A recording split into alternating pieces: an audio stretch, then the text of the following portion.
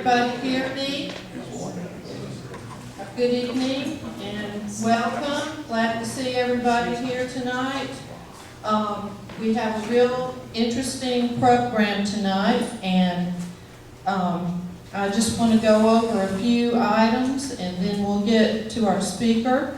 First off, I want to thank the Friendly Rivers Homemakers Club for providing the refreshments tonight. And this is a dedicated group of ladies. They do a lot of good things in our community. Most of them live around here. They're part of 6 active clubs in Floyd County. Right now, they're the largest club with 20 members. The money that they raise support many community projects. They have a scholarship for $500 for a student attending college every year. So this is a really good group of ladies. The past 2 years, they've been able to award $1,000 to deserving young high school graduates. Other projects include donations to Open Door Home, Ronald Floyd Community Kitchen, USO, helping fund a visually impaired student's trip to U.S. Space and Rocket Camp, as well as helping families in need in our community at Thanksgiving and Christmas with meals and Christmas gifts. In addition to financial support to groups, we also help with 4-H events at Riverwood Retirement Center, and are very active participants in the Christmas and November Bazaar, which will be held November 13th and 14th this year. This week, their members will help prepare bags for the cooking school to be held next week. They have a recipe book in the back that you're welcome to look at, and is available to buy for $10. The refreshments that they provided us are from some of the recipes in the book. So anyway, thank you all very much for coming tonight and providing refreshments. Okay, I want to just tell you tentatively, our next meeting will be January 25th. That will be the Monday night after Martin Luther King Monday. So we will update the website when we get all our dates and speakers for 2016. And you know, our website is being seen by different people. Elaine and I had the pleasure of showing a Kennesaw State University student around this area about 2 weeks ago. He saw our website and called me and wanted to know about the mill in this area. He's doing his thesis on the Shannon Mill and suburbanization, and just wanted to know how the mill affected people around here. So we took him on a tour for about 2 hours all around this area, and he was really impressed and very excited. So our website is being seen. It's watersdistrictcouncil.org. Okay, I think it's time we can read the minutes from the last meeting. Barbara Ramsey will read them for us. She's our secretary. Do you want this? Let's see if I can hold her loud enough. Okay. I'm not going to have a prayer or... Yeah, we'll do that after that. Okay, the meeting was called to order by President Jennifer Kearns and was led in prayer by Jack Dickey. Pledge of Allegiance was led by the Boy Scouts of Shannon, Boy Scout Troop 30. The minutes of April the 20th, 2015 meeting were read by the Secretary and approved as read. President Kearns said there is a need for one more person for a trustee nominating committee to be voted on January 2016. The program was given by members of the Shannon Boy Scout Troop 30, where they gave the history of the troop and the Scout Hut. The troop was chartered in 1931 and presently have 20 youth members and have given 1,500 service hours in 2014. Along the sides of the room were photographs, uniforms, and other artifacts of scouting. The program was very impressive regarding their history, along with the benefits and character building of scouting. The scouts participating were Max McAdams, the leader, Killian Chapman, assistant leader, Dustin Bailey, senior patrol leader, Grant Griffin, Andrew Welsh, Jacob McAdams, Drew Nelson, James and Jonathan Rogers, and Tammy Rogers. The next meeting will be October the 12th, 2015, with a program about President Jefferson Davis given by Roger Hines of the Rome Tribune column, a Rome Tribune columnist. President Kearns adjourned the meeting with invitation to enjoy the refreshments. Respectfully submitted, Barbara Ramsey. Thank you, Barbara. Okay, we have a little bit of business that we need to do before we have our prayer and salute. We need to form our nominating committee so that in January they can present a new list of trustees to us. I think it's 3 or 4 trustees. We have some that rotate off every year and some that need to come on. We have one person who has accepted a nomination to be on the nominating committee. And we need one more person. Is there anyone who would like to be on this committee? It's a matter of just calling people and asking them if they would like to be a trustee. A trustee is someone who represents the council but does not really have an active role as far as the meetings, or they are a voting member. Is that correct, Jack? Yes. They're a voting member for business that the council conducts. Do we have anybody that would like to be on the nominating committee? Okay. Well, we'll find somebody else. We have one person who has accepted, and that is Janice Dodd, and she will be on the nominating committee with Connie Sluter, who is continuing her year on the nominating committee. So, do I have someone who could offer a nomination for Janice? Elaine, thank you. Second. Second, okay, then that carries, that's fine, okay. We've got, I need to have a letter. pardon? Go ahead and call the question. You've got a letter for this group here. Okay, I've got, let you do it. Okay. I guess I'm sort of self-appointed parliamentarian. You've heard the motion in the second. Is there any discussion? There being none, then we'll call the question for the, what's the name again? Janice Dodd. Janice Dodd, to be on the nominating committee. All those in favor say aye. Aye. Those like sign. Those opposed like sign. Motion carries. Thank you. Okay, sorry about that. Okay, Jack, would you offer our prayer and our salute, and then I'll introduce our speaker. If everyone will stand and remain standing for the pledge. Our gracious Heavenly Father, we come together to remember our heritage and to study our past, and let us not forget to remember our Lord and Savior as our heritage also, who died for the sins of all of us. As we come together and go through these proceedings, we ask that you be with us, both here and as we go out into our individual path of life. These things we ask in Jesus' name. Amen.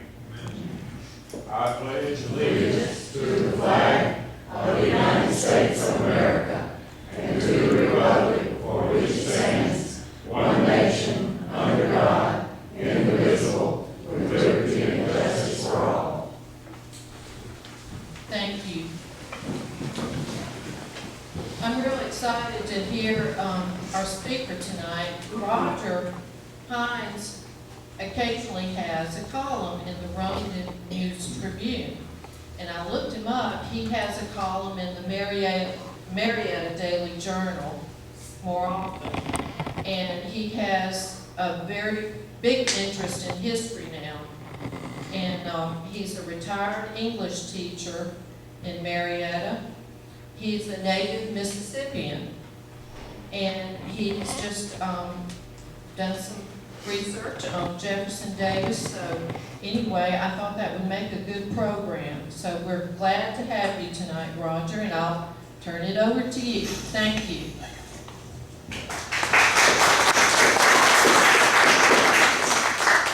Well, thank you so much for letting me be here. I live in Ackworth. My address is Kennesaw, however. I'm a technical idiot, so somebody may have to tell me what to do. So good to be here. How long has this organization been going? 5 years now. 5 years. My goodness, a lot. Well, history is a wonderful thing, right? It seems to me that anyone who's having an identity crisis needs to know some history. Because the reason I enjoy history is that history lets me know who I am. If you know what I'm trying to say. History lets me know who I am. I'm so excited to talk about Jefferson Davis. Now, my field is actually English. I've been an old English teacher for 43 years. I taught in the high school scene in Cobb County for a long time, and then I taught English at Kennesaw State University, and then at Chattahoochee Technical College. I still tutor English for Chattahoochee Technical College. And then on Fridays, I teach at Phillips State Prison. I teach college freshman English at Phillips State Prison at Beaufort. Do you know where the Mall of Georgia is, up I-85? It's up in that direction. And believe it or not, the Georgia Board of Corrections, as do most boards of corrections in the Southeast, allows religious entities to go in and give bachelor's degrees to the inmates. The seminary I work for, I happen to be a Southern Baptist, and the seminary I work for is New Orleans Baptist Theological Seminary in Louisiana. So they do offer bachelor's degrees to the inmates. Right now I have 30 inmates. Every single one of them is in for either murder or armed robbery. They're all professing Christians. And they love each other, they even love me, and I love them. And we have a good time every Friday from 8 to 12. And, but it's so good to be with you. I want to talk with you about some things that are dear to my heart. But now, being an old school teacher, you will permit me to give you a pretest. Being the teddy bear I am, let's make it oral and let's make it voluntary. In other words, if you can answer 10 questions about Jefferson Davis, then I will just credit your knowledge to everybody else's account. That's pretty teddy bear. That's pretty teddy bear. Okay, seriously. And by the way, before I say anything else, I want to tell you that I am not a Jefferson Davis scholar. I'm just a Jefferson Davis student. Now, he and I have a couple of things in common. Number one, he's a Mississippian and I'm a Mississippian. Or I was until 1974. I became a proud Georgian in 1974. I've begun to feel at home. And I do love this state. But the second thing that kind of connects us is that he is the 10th of 10 children. I am the 16th of 17 children. I have 10 sisters and 6 brothers. We all have the same mother and same father. Can you believe that, folks? I think of it at least 2 or 3 times a week. I really do. It has been, to me, a happy home. But think about that fact. There are 11 of us still living, and 9 of us had a reunion in Forest, Mississippi this past weekend. On I-20, about halfway between the Alabama and Louisiana line. So I love him really partly because he's a Mississippian, but also because of other things that I will point out. But first of all, the quiz. I call it a pretest. If you know it, raise your hand so that I can acknowledge you so that we can all hear you. If you yell out, we can't hear you. In what Georgia town or county, either one, whichever one you know, was Jefferson Davis captured by the Union troops after the war? It was close to Fitzgerald, Georgia. I don't remember the exact town, but I've been to the museum there. It was close to Fitzgerald. That is not the city, but it is close to Fitzgerald. Does anybody know the city or the county? Osceola? It's not Osceola. But you're certainly in the general direction. Well, we'll just be listening for that during the talk, okay? Number 2. What American president restored Jefferson Davis's citizenship after over a century of its being stripped from him?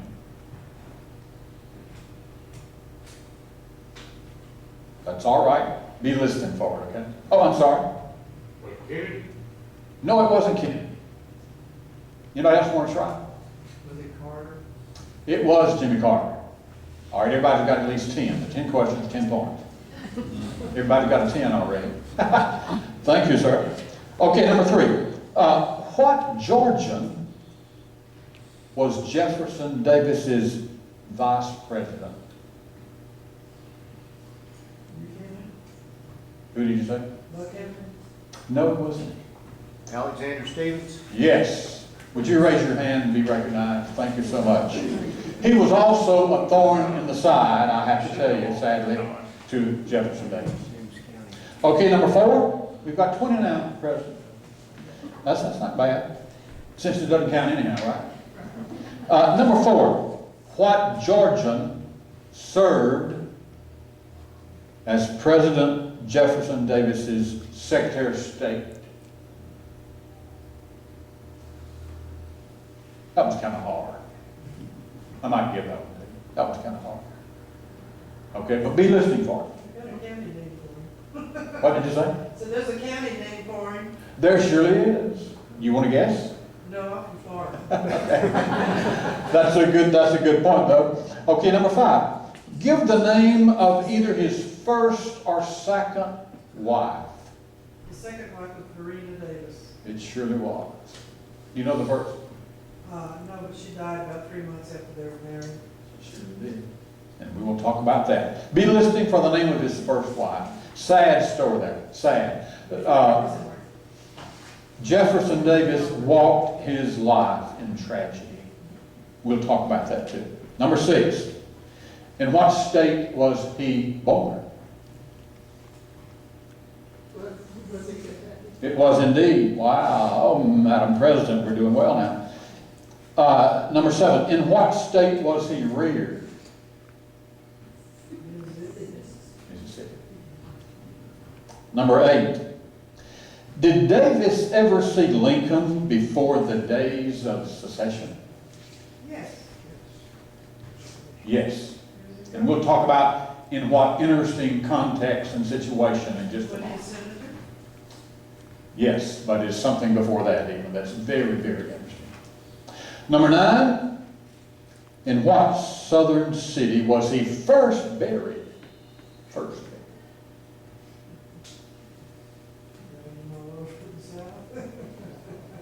Everybody knows?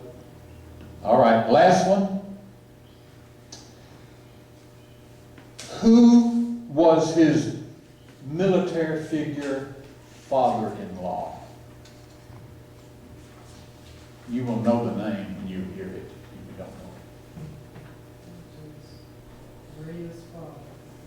Can't remember her name. Of his first wife, I will add.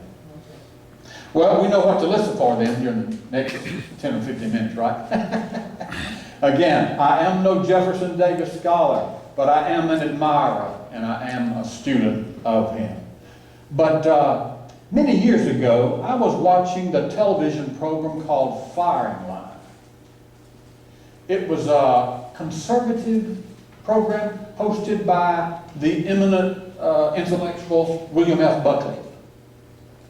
His guest for that evening was an equally eminent liberal scholar named Arthur Schlesinger, the chief biographer of John F. Kennedy. They were not debating anything that night. They were talking about the value of studying history.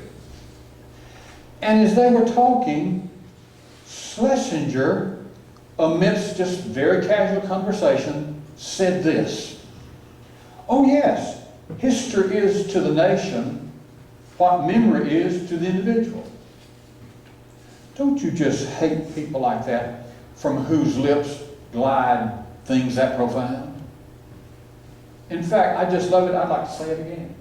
He said, history is to the nation what memory is to the individual. Now, ladies and gentlemen, it's sad when an individual loses his or her memory, but it's dangerous when a nation loses its memory. You see what I mean? Well, being in this group, I'm sure you do, Madam President. History is so important. Now, I could be wrong, but I'm thinking those profound words just glided off of Arthur Schlesinger's lips. I haven't seen them in quotes. I checked wiki quotes the other night on the internet. Couldn't find it anywhere. I think he just said that casually, you know. But at any rate, I kept wondering why William Buckley didn't reach for his pen and say, "Would you say that again?" But he didn't. They just kept talking. But it is so important to know history, and that again is one reason it's important. May I tell you how Rudyard Kipling put it? Remember Rudyard Kipling? I've taught English lit at high school and college level for decades. I've never seen a high school English lit or college English literature book that didn't have the poem by Rudyard Kipling entitled Recessional. Now, I believe what? There's processional and recessional. I'm not up on social stuff, but one of you walk in and one of you walk out at a wedding. But at any rate, entitled Recessional. Now, here's what Rudyard Kipling is doing. He's urging Great Britain not to forget some things. He sees all the pomp and circumstance of Queen Victoria, and he knows that the sun never sets on the British Empire, because her navies are everywhere. And he wrote this: God of our fathers, known of old, Lord of our far-flung battle line, beneath whose awful hand we hold dominion over palm and pine. Lord God of hosts, be with us yet, lest we forget, lest we forget. One more stanza. The tumult and the shouting dies, all captains and all kings depart, pass from the scene. Still stands thine ancient sacrifice, an humble and a contrite heart. Lord God of hosts, be with us yet, lest we forget, lest we forget. Ladies and gentlemen, I pray that you are as concerned as I am about our nation. Our nation. And I think that studying men like Jefferson Davis teaches us and trains us to be concerned about present days. Now, before I talk about his bio and then about why I admire him, which I'm going to kind of intermingle, before I do that, I would like to address and then set aside the fact that he was a defender of slavery and a slaveholder. But now you may say, you can't set that aside because slavery was and is a great sin. And slavery is surely the biggest example of man's inhumanity to man. Yes, yes, and yes. However, the reason I must and do forgive him is that I was forgiven. You see, at age 12, I grew up in a staunch, segregated place. Right smack dab in the middle, you might say, of Mississippi. At the age of 12, I would go and stand and wait for the school bus. And while I was waiting for the school bus to take me into a small town, Little Forest, Mississippi, about halfway across the state, I-20. But as I was waiting for the bus to be taken to a very good school system, children and teenagers, all black, came from the edge of town to go beyond my house to a shack. which we said was separate but equal. It was not such. As a 12-year-old, it bothered me. But now, as I grew older, I became calloused to it. Children know what justice and injustice is, right? You know what the three most famous words of children are? That's not fair. Children know what justice is, and they know what injustice is. They know what fair and not fair means. And they know a lot about what right and wrong is. So, by the time I was 18, I had grown callous, and the segregation and the sad faces on the blacks didn't bother me anymore. So much so that as a college freshman, ladies and gentlemen, I wrote an essay that the faculty noticed and praised me for. It was entitled, "A Defense of Legal Segregation." I haven't been forgiven. So I must forgive Jefferson Davis. And let me tell you how a particular gentleman puts it. Mr. James McPherson, in 2014, a history professor at Princeton, a very, very liberal guy. He was fair to Davis.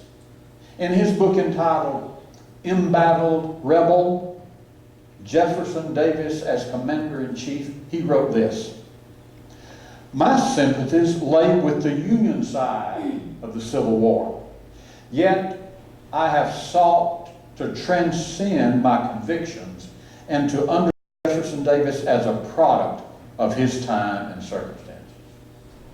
Does that make sense to you? I mean, even the North, Grant owned some slaves, right? Slavery was everywhere. So the gentleman's just saying, of course he believed in slavery. And even this great liberal writer who was for the Union said, "For this, Jefferson Davis and everybody else must be forgiven." As I know that God forgave me for growing callous toward my black neighbors. Well, at any rate, McPherson also argues this, folks. He says that Jefferson Davis was never a rabid secessionist, but he was a loyal Southerner and a stately Mississippian who, just like the respected Robert E. Lee, could not go against his own state. I don't know about you, but I feel a little more loyalty and love really for Georgia than I do for Vermont. Or even Alabama. I'm sorry. Anybody from Alabama? Or even Mississippi. Because I'm a Georgian. So, of course, my affections go to those whom I love most. It was no different with Robert E. Lee. Did you know, I bet you do, that Abraham Lincoln asked Robert E. Lee if he would command the Union troops? But he could not go against old Virginia. And he stayed with the South. Now, the most definitive biography of Davis, though, I just had to bring it. Oh, I wish I could give it to somebody. I wish we could play a game and somebody win this, but it's the only one I have. But the most definitive biography of the man is entitled, now get the title, Jefferson Davis, American. It was written by one William Cooper from LSU. He too, even though he was a Southerner, believed that the Union was right and that the South was wrong. But you've never seen such fairness to the man, Davis, in all of your life. But he wrote that in the year 2000. It's not quite as old as the other one that I just quoted you from, but it's a good treatment of it if you would ever like to read about Jefferson Davis. Well, I don't want to bore you with dates, but Madam President, I've got to run a few dates by us in regard to when and where and so forth and so on his battle took place. Those of you that have been to Irwinville, Georgia, in Irwin County, close to those places that you named, you probably know that that is the site of the capture of Jefferson Davis after the war. He was pursued by 2 units of the Federal Army, and they descended on Irwinville in Irwin County. It's just about 15 miles off of I-75 east if you're going south toward Florida. turn left on exit 78, and about 15 miles out. I was there for the first time in the spring. Well, neither of the two Union forces knew that the other was pursuing Jefferson. So they got Jefferson Davis. So they got to Little Irvingville, and they each heard the activity of each other and started shooting toward each other. And people on both sides were killed. And somehow, in the dark of night, they finally realized that they were fighting people from the same side. And here's Jefferson Davis in the middle, and there is a monument that stands there, they say within feet of where they laid hands on him and took him back to Virginia, I believe, where he spent 2 years in prison. The little museum isn't big. It's a little unkempt. The state of Georgia has quit funding it, but Irwin County still does. It is operated by Irwin County. It is a good source of learning. I wish that every child in the state could go and see it. It's not big, like I said, and it does have a full-time employee. He works from Wednesdays through Sundays. He is full-time. I met him in the spring. You know what? It was built in 1939 by FDR's WPA, Work Projects Administration, which was just put in motion to give my older brother, Paul, who was in World War II, some work to do. It was a WPA project erected by FDR. But folks, guess what? The more I study and read and visit, the more clearly I see that Jefferson Davis has been far more maligned in the last 2 decades than he was from 1865 to 1976, when Jimmy Carter, by act of Congress, Jimmy Carter as president, signed a bill that restored to Jefferson Davis his citizenship after 111 years. The cultural cleansing that goes on. There is a group even in Irwin County. I don't know if they're natives or not, but there's a group in Irwin County that even says that should come down, we should close it. Jefferson Davis was evil. How can you put that there? I was evil too. I was evil too. When I got to be 15, 16, 17, 18. But folks, here's what happened to me. I think I told you I was Southern Baptist. As a college student, I was active in the Baptist Student Union. And one summer I went to Ridgecrest Baptist Assembly. Are any of you Baptists know about Ridgecrest? I went to Ridgecrest Baptist Assembly the summer after my second year in college. Now, Bill Moyers is no friend to conservatives like me. But that summer at that youth camp for Baptist Christian young people, Bill Moyers, who was the assistant director of the Peace Corps and a Baptist minister at the time, he's not a minister now. He spoke on race. I'm just going to put it like it was. He put my heart under conviction. And he straightened my head and my heart out on this matter of race. That's why I, like the good author, must put Jefferson Davis in his context. My father would claim, oh, I'm a segregationist. He was not. Tradition is strong. It'll make you say things that you know aren't true.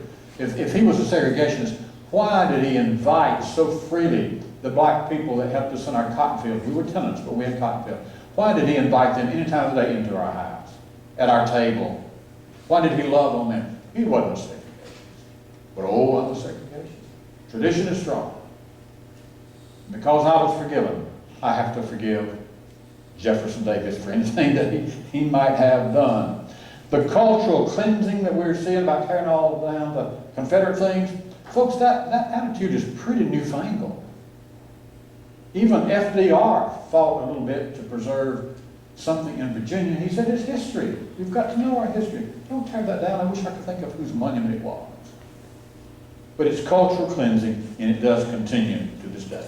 Well, what about Beauvoir and Biloxi? Has anybody ever been to his latter-day home? Just before he died, he moved to, I was there sometime back. Oh, folks, Katrina messed up the house pretty much. But it is restored, and let me tell you, right behind it, there is a museum that will knock you out. It is a blinding white. It is big.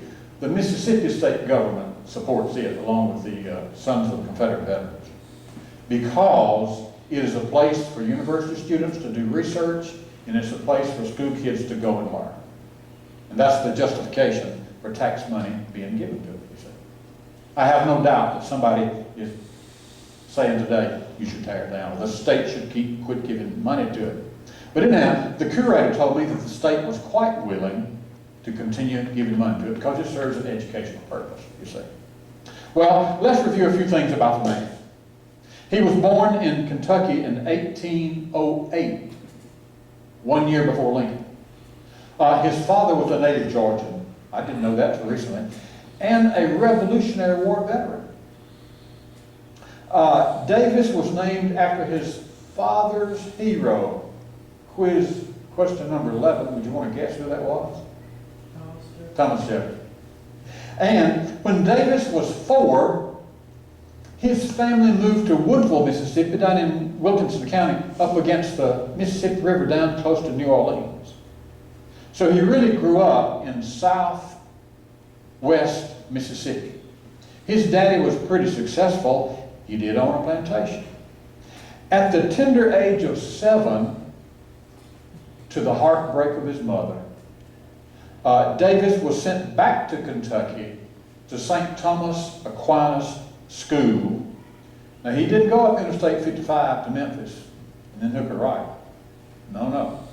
He rode on a little pony because he was in the company of General Thomas Hines, whose family was on the way there to take one of his kids, Jefferson Davis, to that same place. So he began to be educated in Kentucky. It was a several weeks journey. And on the way,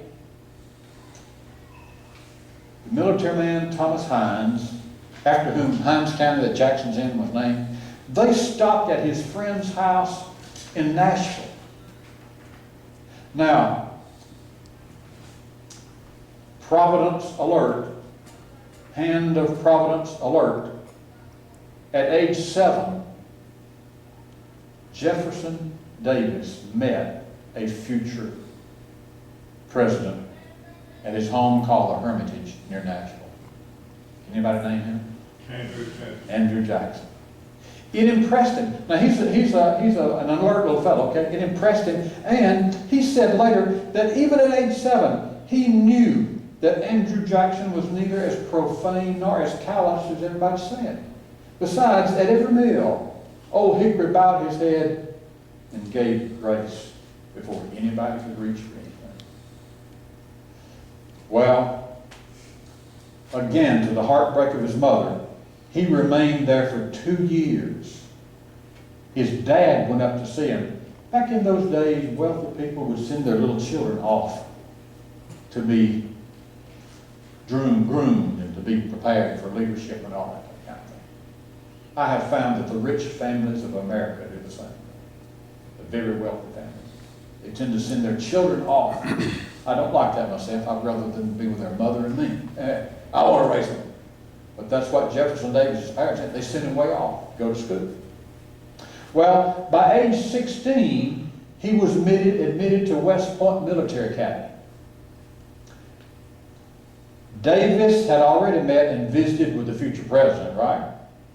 But now, his appointment to the military academy was done by a man who knew his wife, his mother. His mother was raised in South Carolina, and she knew the John C. Calhoun family. Ever heard of John C. Calhoun? From South Carolina? Well, he was a very important official at that time. So John C. Calhoun appointed young Jefferson Davis to go to West Point. Even today, if you want to go to West Point, you have to get the appointment of your U.S. Senator or representative, U.S. representative. So he was appointed by John C. Calhoun, and end of Providence alert. Later, when he became Senator Davis, he served with John C. Calhoun in the Senate. And when John C. Calhoun, that great Southerner, died, Jefferson Davis pretty much picked up his mantle and continued to fight for the Southern cause. Not slavery per se all the time, but tariffs that the North was putting on the South and other things that he knew were hindrance to us. Well, he graduated from West Point in 1828 at the age of 20, 1 year after Robert E. Lee, 1 year after Joseph E. Johnston, and Leonidas Polk, the Episcopal bishop, who was a general later in the Confederacy. And his first job or appointment or assignment right after West Point was to go help to fight the Black Hawk War out in the Northwest Territory, really in what we now call Wisconsin. He was sent out there as a second lieutenant, fresh out of West Point, and what he had to do was this. He had to find and secure Black Hawk, who was an Indian, and the head of the Sauk, S-A-U-K, Indian tribe. Black Hawk was not a nice guy. He was doing bad things to all the settlers, even when they had made peace, and even when they had said, we don't want your land, we just need a spot over here to live. Black Hawk was not nice. So, he went out there to take care of Black Hawk. And he and a small delegation of soldiers did just that. Now, hand of Providence alert one more time. Guess who was his commanding officer out there in the Northwest? He would later be president. Right now, he is a colonel. His name is Colonel Zachary Taylor. Well, now, every once in a while, Zachary Taylor's wife and beautiful young daughter would come out and visit, stay at the fort where it was safe. But Jefferson Davis got to know Sarah Knox Taylor. They fell deeply in love. They married, and as you so well indicated, because he took her to mosquito land. Now, folks, mosquitoes are bad enough on I-20, where I grew up. But if you go down on the Mississippi, Vicksburg and south, they will eat you up. Is anybody from down there, from southeast Louisiana? To this day, they will eat you up. So, newly married, Jefferson Davis took his wife, the daughter of Zachary Taylor, who would also be president, down to southwest Mississippi to live. They both contracted malaria. They could not even communicate with each other. They were so sick. When she passed away 3 months after the wedding, he could not understand it when they tried to tell him that she had died. It was so sad. Even a trip across the Mississippi to her sister's house, where they did not complain of mosquitoes quite so much, that didn't help. She died over there, in fact, across the river, and was buried near the house of her sister. Well,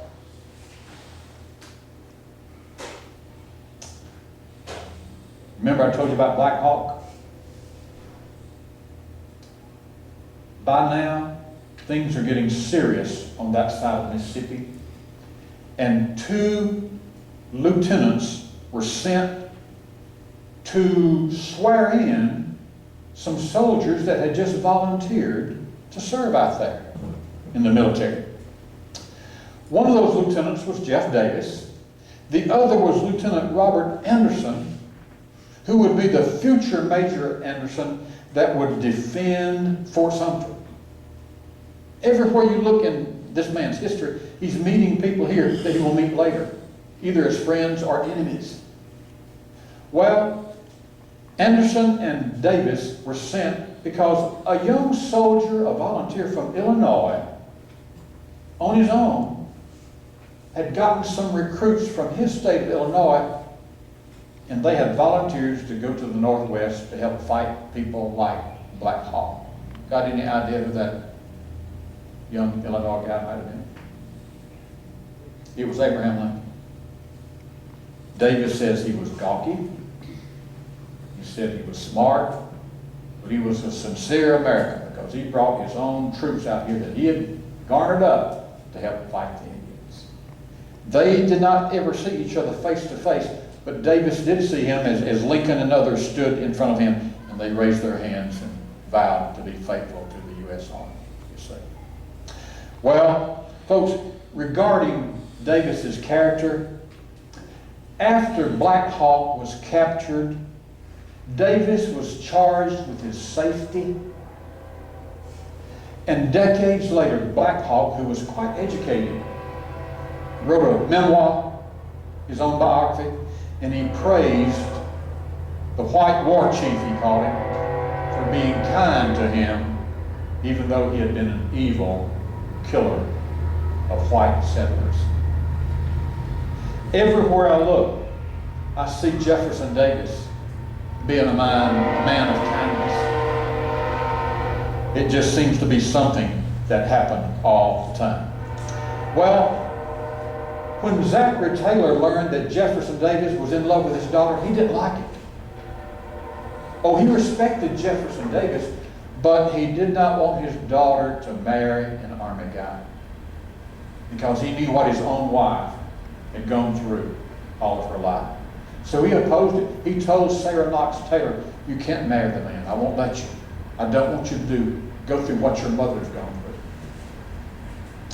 Well, somehow or another, they go off and they get married. And then, of course, as I said earlier, she dies 3 months later. Of course, Zachary Taylor, the future president, is not happy. There was some bad blood between Zachary Taylor and Jefferson Davis. It's so sad, but here's what happened. He had an older brother, Jefferson Davis did. His name was Joseph. And Joseph and all those 10 kids were always close and tight. I was the same way it was with my brothers and sisters. We didn't fuss and fight. We didn't know you're supposed to. Just love. I'm telling you, just love. Just love. Mainly because our parents. We did not fuss and fight. So was it with Joseph, the oldest, and Jefferson Davis. So Joseph said to him, "If you'll come back to Natchez area, between Natchez and Vicksburg, I will split my plantation with you, which Dad left me." He did that. And so Jefferson Davis goes back and becomes a planter after fighting Indians in the Northwest. Well, he's heartbroken though because his wife is dead. But now his older brother Joseph played the matchmaker, and he knows the Howell family, the older brother Joseph does. And he plans an event at his house. Joseph is very successful as a planter. He has slaves also. He invites his young brother, the youngest of the 10, Jefferson Davis, to that event. He also invites Verena Howell, his friend's daughter, to that event. And to make a long story short, they met and they dated and they fell in love. Shortly after that, he was elected to the U.S. House of Representatives. And that began his political life. And then in the spring of 1845, Zachary Taylor and Davis re-met in D.C. And that's the first time they had seen each other since the wedding of his first wife. They had a complete reconciliation. Because remember, Zachary Taylor respected Davis anyhow. As a man, as a soldier, he just didn't want his daughter hooking up with him because he didn't want her to live a soldier's wife's life. But during the short time that he was in the U.S. House, he resigned to go and fight in the Mexican War. Now you understand that the Texas-Mexico border used to be a bit more northern than what it is. That's part of the issue today. And much of California was not the U.S. of A., it was Mexico. But Sam Houston and others believed that we had reason to draw the border way down here instead of way up here. So Jefferson Davis goes out, leaves the house where he's comfortable, U.S. house, and fights again in the Mexican War. And he is injured terribly, and he will suffer for it the rest of his life. While he was in Congress, he was put on a committee to investigate Daniel Webster. Not Noah Webster, the dictionary guy, but his kinsman Daniel Webster, who was from Massachusetts. Well, he was a Whig, Webster was. Now Davis is a Democrat, of course. The Democrats said, we're going to get one Whig out of the way. We're going to put Davis on there. He's a true Southerner. Well, Davis investigated Daniel Webster, and he said, he did not take government funds. I'm not going to go partisan. He's innocent. Now, that did not make him popular with his fellow Southerners. But a man of honor, he would not lie about a political enemy. That made him and Daniel Webster friends for the rest of their lives as well. In 1847, moving along right quickly, one of Mississippi's senators passed away. The governor of Mississippi named Davis to fill his shoes. Davis completed that term, but by now Franklin Pierce is president and he needs a Secretary of War. What do we call the Secretary of War today? We don't call it that. Defense. Back then they called it the Department of Defense and Secretary of Defense. Well, Franklin Pierce said to Davis, I know you're in the Senate, I know you enjoy it there, and you're doing Mississippi and the South good, but I need a good Secretary of War who's been a soldier. So for some time, he served as Secretary of War for President Franklin Pierce. You see why Cooper, LSU guy, calls him American? He was not a rabid secessionist. He left sadly when he left and seceded. But he loved America and he served America. When the 6'4" Mississippi senator stood in the Senate, one other senator claimed the entire chamber would always get quiet. Later, when he was being considered for president of the Confederacy, some said, no, he's not a fire eater. We need a fire eater. Oh, he's the best debater in America, but we need a tough fire eater. Jefferson Davis was not a fire eater. Oh, he had fire in his belly, but he was always fire. He would defend Yankees. He would defend Whigs because he was indeed a man of integrity. When he left the Senate and said goodbye, Madam President, I don't want to bore people by reading. Can I just read a brief paragraph of what he said the day he left the Senate? I think I've got it marked here. No, maybe it's over here. Yes, that was a sad day. Now, the reason he left the Senate was the legislature voted to secede in 1861. Who was the first state to secede? Anybody know? South Carolina. And then later, Mississippi. So he was told, come home. We're an independent nation now. So as he sadly left the Senate, this is what he said. In the course of my service here, associated at different times with a great variety of senators, I see now around me some with whom I have served long. He was respected, even by the northern senators. There have been many points of collision, but I have in this hour of our parting to offer you my apology for any pain that I have caused anybody in the heat of discussion. I go hence unencumbered by the remembrance of any injury received. In other words, if anybody did wrong to me, I forgot about it. And then he said, Mr. President and Senators, now Lincoln, of course, is the President. Mr. President and Senators, having made the announcement which the occasion seemed to me to require, it only remains for me now to bid you a final adieu. The entire Senate, Northerners and Southerners, arose and applauded Jefferson Davis as he exited the Senate that sad, sad day. Well, it's all over now.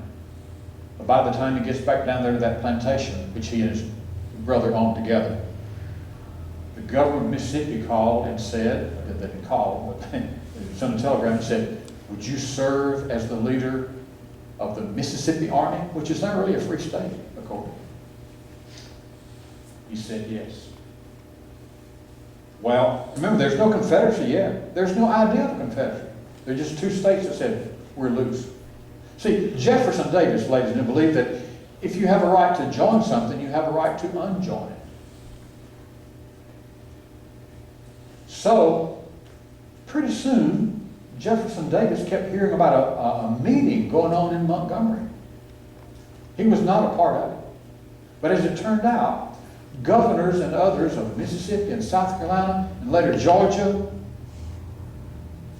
and even Texas sent somebody, they were talking about creating a new nation. They considered 3 Georgians for their leader, who were bigger fire eaters than Davis, but not as great debaters. They considered 2. They considered Alexander Stephens. The third one slipped from my mind. I think his name was Cobb. Yes, Howell Cobb. But they said, no, this won't do. And those 3 Georgians said, no, we need Davis. A messenger rode a horse from Montgomery to Woodville, Mississippi. He found Jefferson Davis and Verena Howell Davis in their rose garden. It was February, but believe me, young roses will grow in February in that part of the country. He found them cutting the youngest of rosebuds in their garden. And he handed a telegram to Jefferson Davis. Later in her biography, Verena Howell said his face told her somebody has died. But no, well, a nation was dying, but it wasn't a relative. The telegram said, the convention in Montgomery has voted to ask you to be the president of the Confederacy of the United States.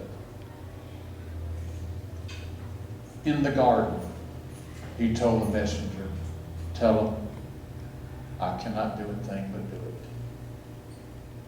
So, once again, they packed their mules and their horses. This time, not to go to D.C., but to go to Montgomery. Now, he's real smart, okay? He doesn't go straight to Montgomery.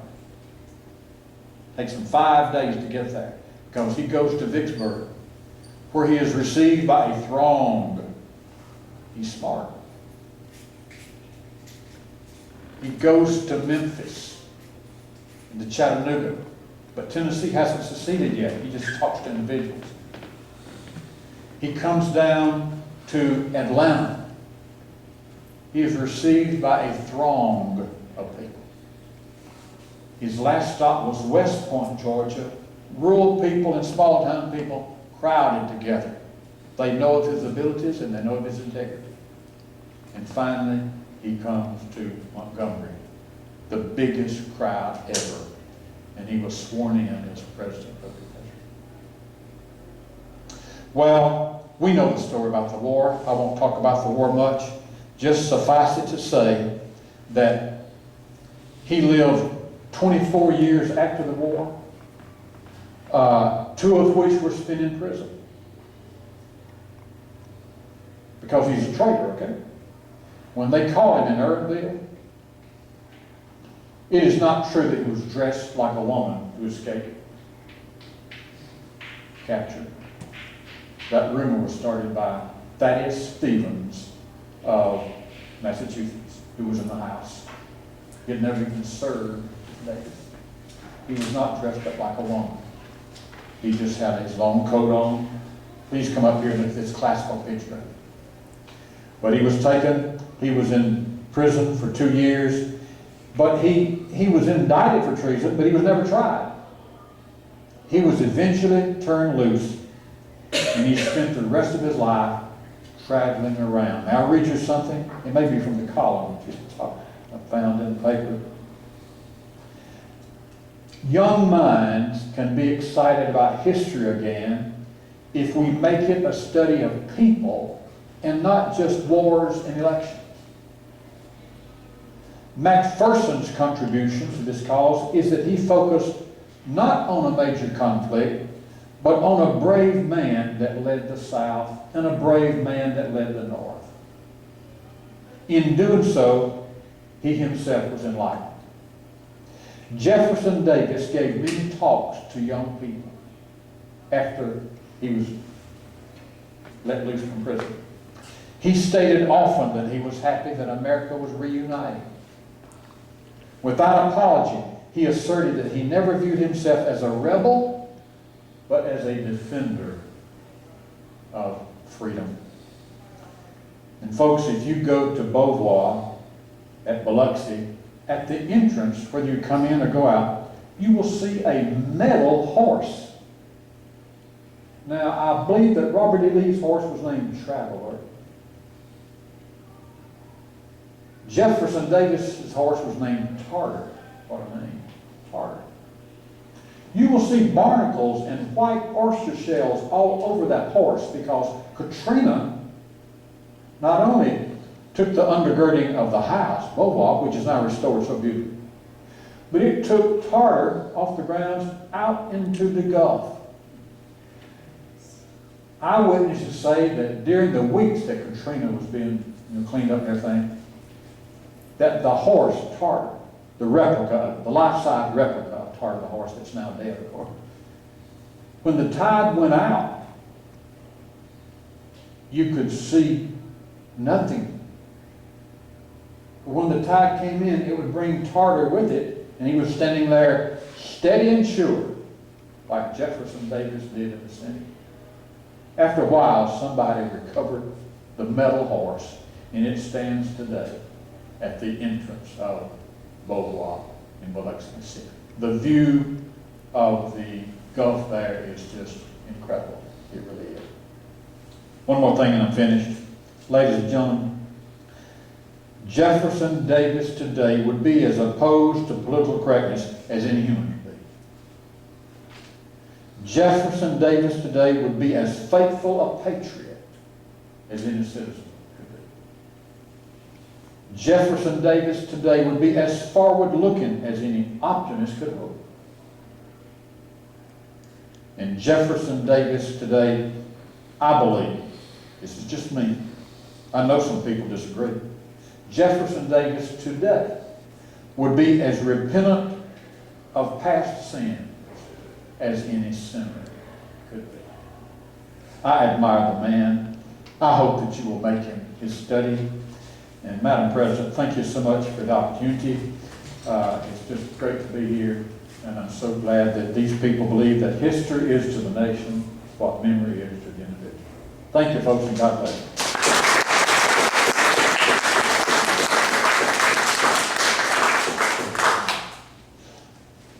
Wow, that was really good.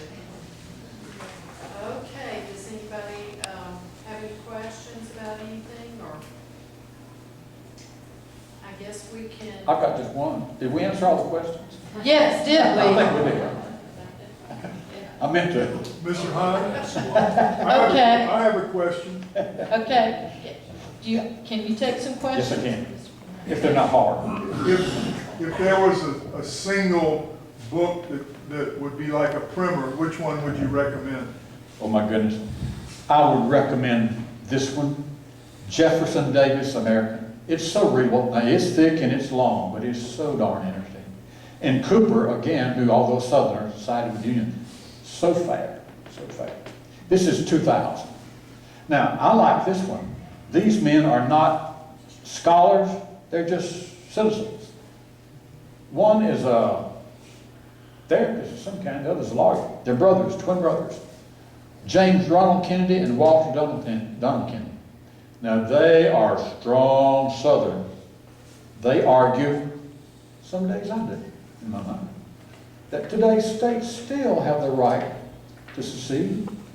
They had the right to join. They deplore the power of federal government today. They're not academics. They're not historians. They're just men who love history and research. This is good. Was Jefferson Davis right? But to answer your question, This is so good. It is very readable. It's heavy and thick as it is. I love Cooper's Jefferson, Davis, America. Okay, thank you. All right, the Hines family that were going to Kentucky and carried Davis with them. Is that your family? No, sir. In fact, they spell their name with a D, and mine is an E. Okay. H-I-N-E-S versus H-A-N-D-S.